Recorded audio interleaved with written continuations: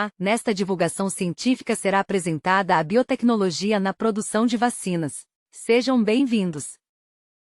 Iniciando com o breve histórico no século XV, onde eram realizados testes por turcos e chineses utilizando o vírus da varíola, houveram relatos que crostas secas derivadas de pústulas de indivíduos infectados eram inalados ou inseridos em pequenos cortes de pele de pessoas saudáveis, uma técnica chamada variolação. Apesar de ter sido eficaz, em 2 a 3% das pessoas morreram com a técnica. Cientificamente foi melhorado essa técnica apenas quando Edward Jenner com antecessores que observaram que ordenhadeiras de leite que contraíram a varíola bovina estavam imunes e pensou que uma pústula de varíola bovina nas pessoas poderiam proteger os humanos da varíola humana. Então inoculou em um garoto de 8 anos um material biológico purulento de feria de uma ordenhadeira, e subsequente a isso observou que o mesmo estava imune. Depois de anos de testes, Louis Pasteur atenuou cepas da bactéria Pasteurella multocida para imunização de galinha contra a cólera aviária. Então provou que o patógeno enfraquecido tinha sido eficaz na imunização,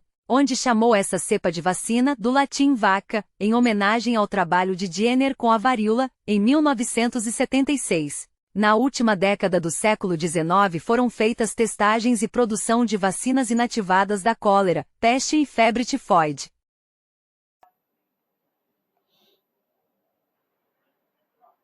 O contexto da vacina é que é um produto biotecnológico, no qual contém informações biológicas de agentes causadores de doenças, com informações dos mesmos para que o sistema imunológico seja induzido a ter uma resposta protetora artificial para um alvo sem causar a doença. As vacinas atenuadas possuem o vírus ou bactéria alterado selecionados sem o fator de virulência. O método mais comum para obter essa vacina é por passagem in vitro em cultura de células, em testes de animais em laboratório, ou em cultivos do agente em temperaturas mais baixas, processo que diminui sua capacidade de se replicar, sendo contrário no corpo humano na temperatura de 37 graus onde se replicam. Descrevendo os tipos de vacinas nos princípios da biotecnologia, temos as vacinas inativadas, não contêm agente infeccioso, necessitam ser aplicadas com doses de reforço por conta de sua imunogenicidade, podem ter patógenos que são inativados com calor, radiação ou produtos químicos. Esses processos mudam suas proteínas e dano ao material genético, impossibilitando a multiplicação. Vacina de RNA mensageiro, que é feita a partir de um RNA mensageiro sintético que corresponde a uma determinada proteína do agente infeccioso. Quem recebe essa vacina não é exposto a uma parte do micro-organismo que causa a doença, mas sim ao modelo de um RNA mensageiro dele. Isso faz com que as células produzam parte de uma proteína específica do agente infeccioso para que o organismo possa aprender que ela é estranha e, assim, desenvolva uma resposta imunológica. As vacinas de vetores virais se baseiam precisamente na capacidade dos vírus de entrarem nas células e utilizar a maquinaria celular. No entanto, a tecnologia de vetor viral emprega uma versão modificada e segura de um vírus que atua como um sistema de entrega de informação. Instruções genéticas para produzir pedaços de proteínas antígenos de um agente infeccioso são introduzidas em um vírus vetor.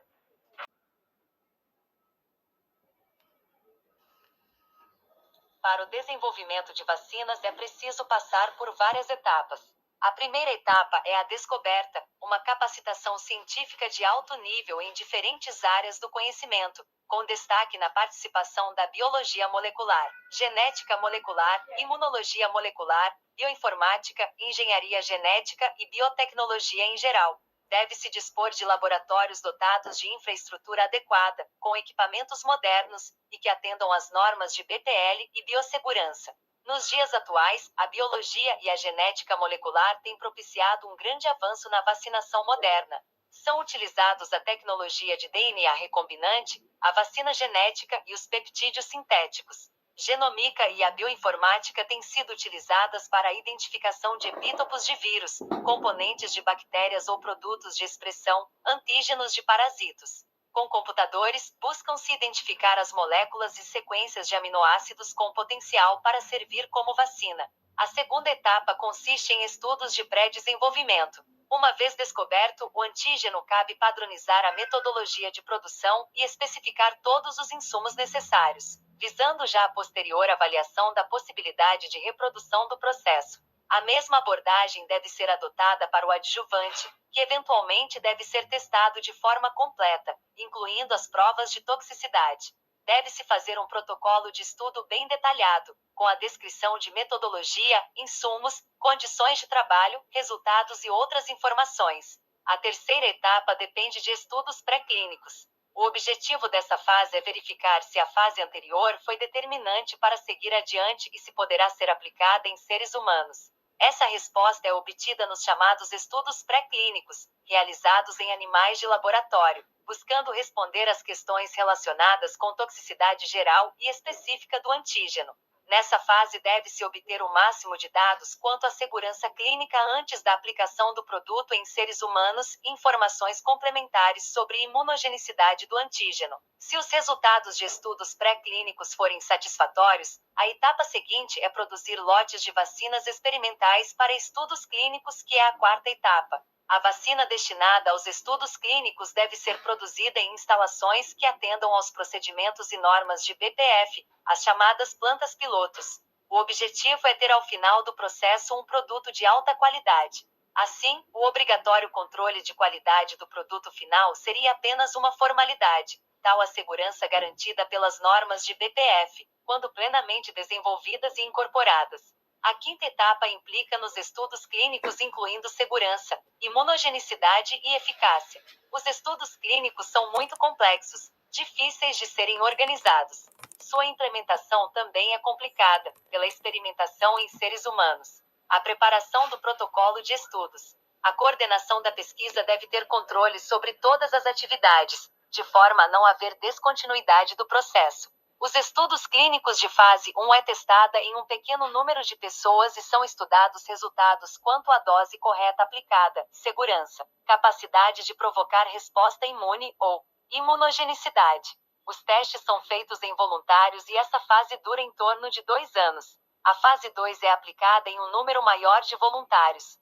Novamente são avaliadas a dose adequada e a imunogenicidade, e a terceira e última fase os voluntários são divididos em 2 grupos e parte deles recebe a vacina e a outra placebo, isto é, uma substância que não possui efeitos fisiológicos, a fim de comparar eficácia. A partir da conclusão dos cientistas é registrada a vacina no órgão regulamentador, sendo Anvisa no Brasil. Aqui estão sendo destacadas vacinas e seu princípio biotecnológico. Temos exemplos das vacinas de sarampo, cachumba e rubéola, que são de vírus atenuados, ou seja, enfraquecidos. Febre amarela e hepatite A utilizando vírus inativado. A influenza feita de proteínas recombinante e vírus atenuado, entre outras. Finalizo a apresentação com a breve história e a biotecnologia e ciência na efetivação da importância da vacinação, que, de acordo com a OMS, é responsável por evitar de 2 a 3 milhões de óbitos anualmente, evitando formas mais graves de doenças. Obrigada pela atenção.